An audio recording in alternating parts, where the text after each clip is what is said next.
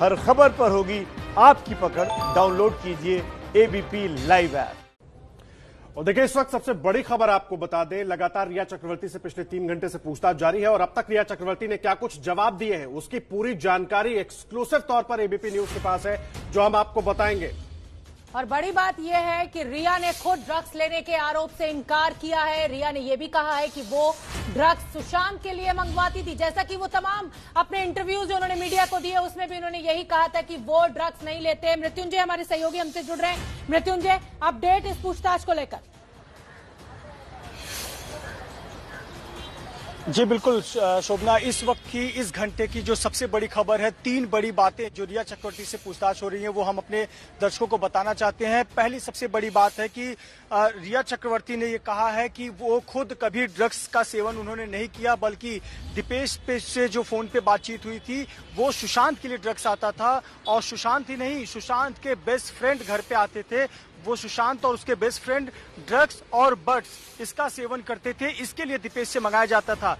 दूसरी बड़ी बात उन्होंने खुद कबूल की है कि मैंने बहुत अधिकतम कभी कोई नशा किया है तो मैंने सिगरेट और ड्रिंक किया हुआ है, मैंने कोई ड्रग्स कभी नहीं लिया। और जब भी मैंने सैमुअल मिरांडा को आमने सामने जब बुलाकर कहा कि आप सैमुअल ने आपके बारे में ये कहा है, तो ये उसने जवाब दिया रिया चक्रवर्ती ने कि सैमुअल ने जो ड्रग्स लाया था वो हमेशा सुशांत को दिया गया, मैंने किसी प्रकार के ड्रग्स का सेवन नहीं किया। ये दूसरी बात उन्होंने कही। और तीसरी सबसे महत्वपूर्ण बात कि एनसीबी मुंबई पुलिस और सीबीआई को पत्र लिखने वाली है और पत्र लिखकर उस सीजर की रिकॉर्ड, उस सीजर की डिटेल मांगने वाली है कि 14 जून की मौत के बाद क्या क्या चीजें जब्त की गई, सीज की गई, बरामद की गई, उसकी एक रिकॉर्ड मांगने वाली है। क्या सीबीडी ऑयल जो एक प्रकार का चरस का तेल होता है वो बरामदगी दिखाई गई है, क्या वो बरामद किया गया था, ऐसा कोई सीजर है, इस प्रकार का ब्यौरा एनसीबी हासिल करना चाहती है। तो कुल मिलाकर इस वक्त की जो सबसे बड़ी खबर है कि रिया चक्रवर्ती अपने ऊपर लगे आरोपों को साफ तौर पर नकार रही हैं। उनका यही कहना है कि मैंने जब भी ड्रग्स मंगाए हैं, चाहे दीपेश के जरिए चाहे किसी और के जरिए, वो सुशांत के लिए मंगाए हैं। एक बात मैं बताना भूल गया था, बासित परिहार जो एक आरोपी है उससे मिलने की बात कबूल की है, 5 बार मुलाकात हुई है और ये बताया है कि वो शोविक का दोस्त था, बासित परिहार घर पे आया करता था और मैंने 5 बार मुलाकात की है। जी आप रहे मृत्युंजय हमारे साथ, जितेंद्र दीक्षित भी जुड़े हुए, अंकित गुप्ता भी जुड़े हुए। जितेंद्र, मुझे एक बात बताइए, रिया चक्रवर्ती अब तक मृत्युंजय जो जानकारी दे रहे हैं, जो अहम 3 बातें उन्होंने बताई है, उसके आधार पर रिया चक्रवर्ती अपने आप को बिल्कुल साफ बताने की कोशिश कर रही हैं और ड्रग्स केवल सुशांत लेते थे और ड्रग्स मंगवाई गई तो सुशांत के लिए मंगवाई गई, ये कहकर पूरे मामले को एक अलग रुख देने की कोशिश कर रही है।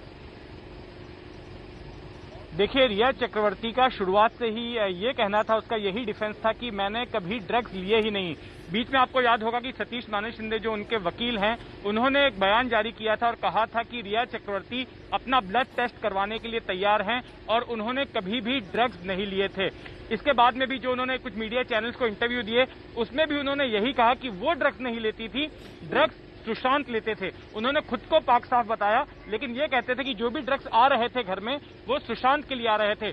और इसके अलावा जो डिफेंस लिया गया पिछले हफ्ते जब रिमांड ली जानी थी शोविक की, तो उसमें भी डिफेंस की टीम ने यही कहा कि सुशांत चक्रवर्ती माफ कीजिए, सुशांत जो है वो ड्रग्स के लती थे और रिया की जिंदगी में आने के पहले से ही वो ड्रग्स का सेवन कर रहे थे, ड्रग्स ले रहे थे और जो भी ड्रग्स आ रहा था वो सुशांत के लिए आ रहा था। हालांकि डॉक्टरों ने उनको मना किया था, इसके बावजूद भी वो ड्रग्स ले रहे थे। ठीक है जितेंद्र, आप बने रहिए। मृत्युंजय भी हमारे साथ जुड़े हुए हैं, नसीर अब्दुल्ला खास मेहमान भी हमारे साथ जुड़ रहे हैं। नसीर अब्दुल्ला जी, जिस तरीके से ये पूरी जांच चल रही है, मामला तो ये था कि सुशांत की हत्या हुई है या उन्होंने आत्महत्या की है, लेकिन कुछ और दिशा में ये जांच चली गई और अब ड्रग्स एंगल बॉलीवुड का सामने आ रहा है। आप कैसे देख रहे हैं इस पूरे मामले को? बिल्कुल, बहुत बहुत आपका शुक्रिया, आपने मुझसे अच्छा सवाल पूछा है। तो शुरुआत में तो ये था कि बॉलीवुड में ऐसा है, नेक्सस है, वो ऐसे लोगों को उभरने नहीं देते और उनको कुचल देते हैं। फिर बात कहीं और पे चली गई कि भाई वो अपना ड्रग्स का माफिया ये वो, और फिर ये कि मैडम जो हैं विश कन्या बन गई और ये वो। तो बात कहीं और जा रही है, ढूंढना कुछ और था। ढूंढना ये है, असल काम जो ये है कि इनका जो देहांत हुआ वो एक्चुअली कैसे हुआ, सुसाइड के जरिए या फिर फाउल प्ले इन्वॉल्व था। मेरा अपना जाती ख्याल है कि it is still a suicide, it can be suicide, लेकिन मर्डर भी हो सकता है। अगर मर्डर है तो किसने कराया? दिन दहाड़े 2 नौकर घर में, 3 दोस्त या 2 दोस्त जो है घर में, उनका रूम जो है लॉक है, तो किसने कैसे घुस के मिली भगत थी ये तो मालूम हो जाएगा।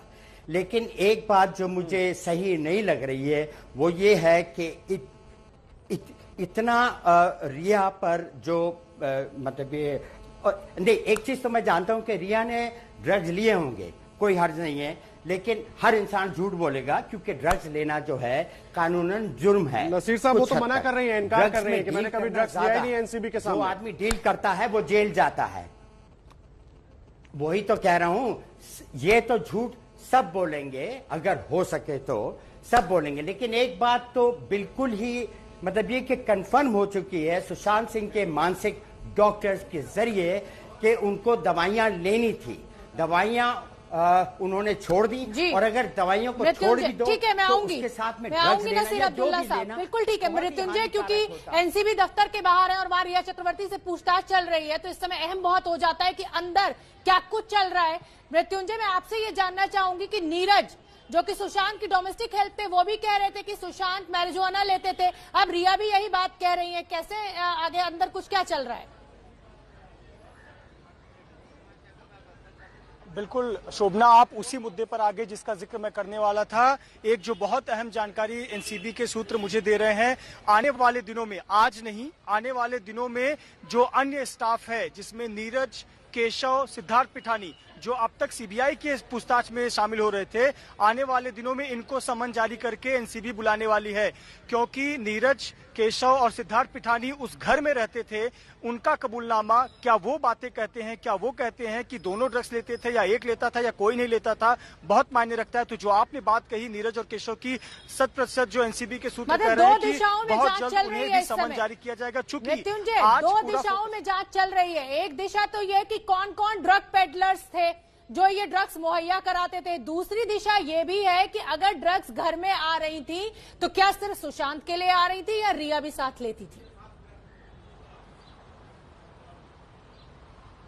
जी बिल्कुल, देखिए जिस प्रकार का ये पूरा रचा गया है, एनसीबी के एक रोड मैप तैयार किया गया है जांच का, तो जांच का दायरा एम जो है वो सुशांत सिंह राजपूत ड्रग्स एंगल को तलाशना है। उसमें जो शुरुआत की गिरफ्तारी हुई थी वो एक अब्बास नाम के व्यक्ति से गिरफ्तारी हुई थी, जिसके पास से कुछ 46-48 ग्राम का गांजा मिला हुआ था। उसके बाद ये तमाम गिरफ्तारियों का सिलसिला शुरू हुआ और अब तक 9 लोगों की गिरफ्तारी हो चुकी है। अब इसमें देखिए जो अनुज नाम के लड़के की गिरफ्तारी कल हुई है, जो 9वां गिरफ्तारी दिखाई गई है, वो खार और बांद्रा इलाके का बड़ा ड्रग पेडलर है, इसका काफी नाम है, और यही वो बंदा है जो शोविक के माध्यम से नौकरों तक ड्रग्स पहुंचाता था। ये बात सामने आ रही है। तो निश्चित तौर पर ड्रग्स का एंगल तलाशा जा रहा है, साथ ही साथ सुशांत सिंह राजपूत केस में ड्रग्स के एंगल की जांच की जा रही है। और निश्चित तौर पर जो अन्य लोग हैं, अब चूंकि रिया चक्रवर्ती से पूछताछ हो रही है, तो उस घर में जो अन्य किरदार है, नीरज, केशव, उनसे भी पूछताछ होगी, आने वाले दिनों में समन जारी करेगी। अंकित, मैं आपका रुख कर रहा हूं, 3 घंटे हो चुके हैं और मृत्युंजय बहुत अहम जानकारी दे रहे हैं। रिया चक्रवर्ती बार बार इनकार कर रही है और जाहिर सी बात है नसीर साहब जो कह रहे थे हमारे साथ जो जुड़े हुए मेहमान, उनका भी कहना है कि जो कर रहा होगा वो मना करेगा। तो हर कोई मना करता है शुरुआती दौर में। क्या इस जांच को और किसी तरीके से आगे बढ़ाएगी एनसीबी?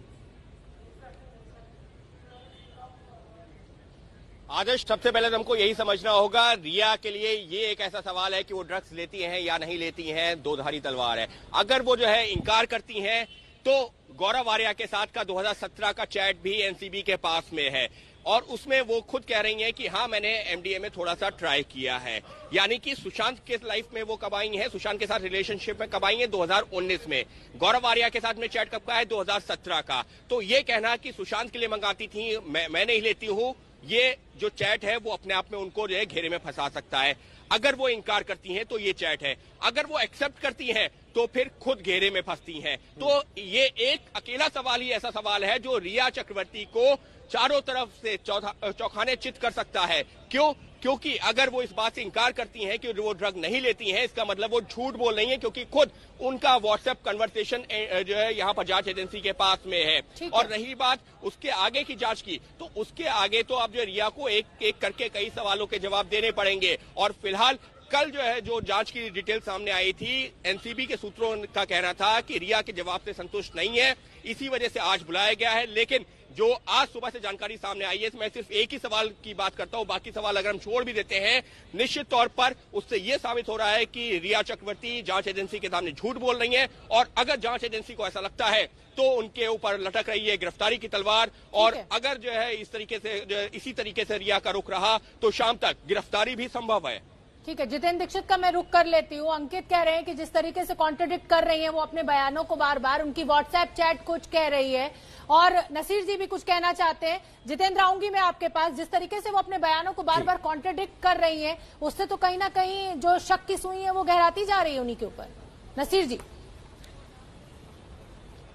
एक बात याद रहे, सॉरी कैन आई स्पीक? जी प्लीज बोलिए। जी, एक बात याद रहे कि रिया पर जो आरोप है कि उसने 17 करोड़ जो उसके अकाउंट में आए थे जो कि नहीं आए, जिसका कोई भी सुराग नहीं है, वो उसने चोरी की है। अभी तक उनको मालूम नहीं हुआ, क्योंकि वो जो पैसा है आया ही नहीं था।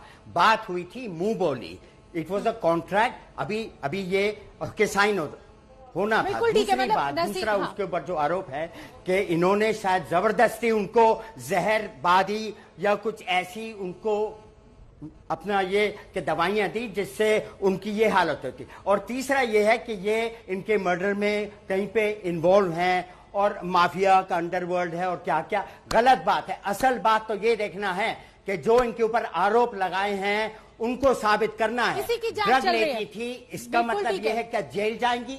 बिल्कुल ठीक है, मैं जितेंद्र दीक्षित का रुख कर लेती हूँ। जितेंद्र, आपसे भी मेरा सवाल ये है, बार बार जो कॉन्ट्रडिक्शन सामने आ रहे हैं, जो व्हाट्सएप चैट है उसमें वो कुछ क्या और कह रही है और अब जांच में वो कुछ और जवाब दे रही है, क्या मतलब निकालें? जी हाँ, बिल्कुल। जहां जहां पर रिया ऐसी बातें बोल रही हैं, अपने ऊपर लगे आरोपों को झुठला रही हैं कि वो ड्रग्स नहीं लेती थी, तो वहीं पर ये व्हाट्सएप चैट्स सामने आ जाते हैं जिसमें कि बातचीत से पता चलता है, जिसके कन्वर्सेशंस के जरिए पता चलता है कि वो ड्रग्स ले रही थी, ड्रग्स मंगवा रही थी।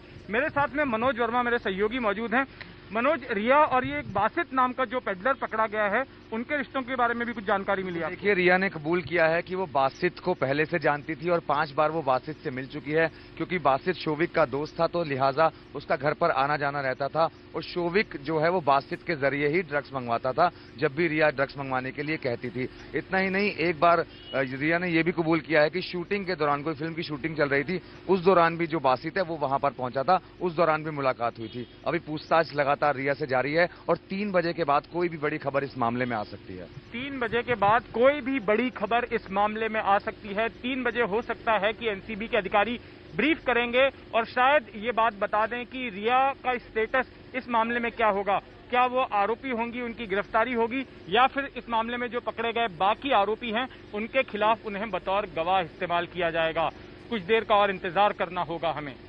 जी जितेंद्र, लगातार जितेंद्र और मनोज दोनों जानकारी दे रहे हैं, अंकित गुप्ता भी जानकारी दे रहे थे। शोभना बड़ा अहम हो जाता है जो कुछ अभी वहां पर रिया चक्रवर्ती बोल रही है, और जाहिर सी बात है अपने वकीलों से बातचीत करके जो गई है उसी आधार पर सब कुछ बोल रही है। लेकिन जब आमना सामना करवाया जाएगा रिया चक्रवर्ती का, शौविक का, सैमुअल मिरांडा का, तब शायद बातें जो कुछ उसने कही कुछ उसने कही वो अलग अलग बातें हो जाएंगी।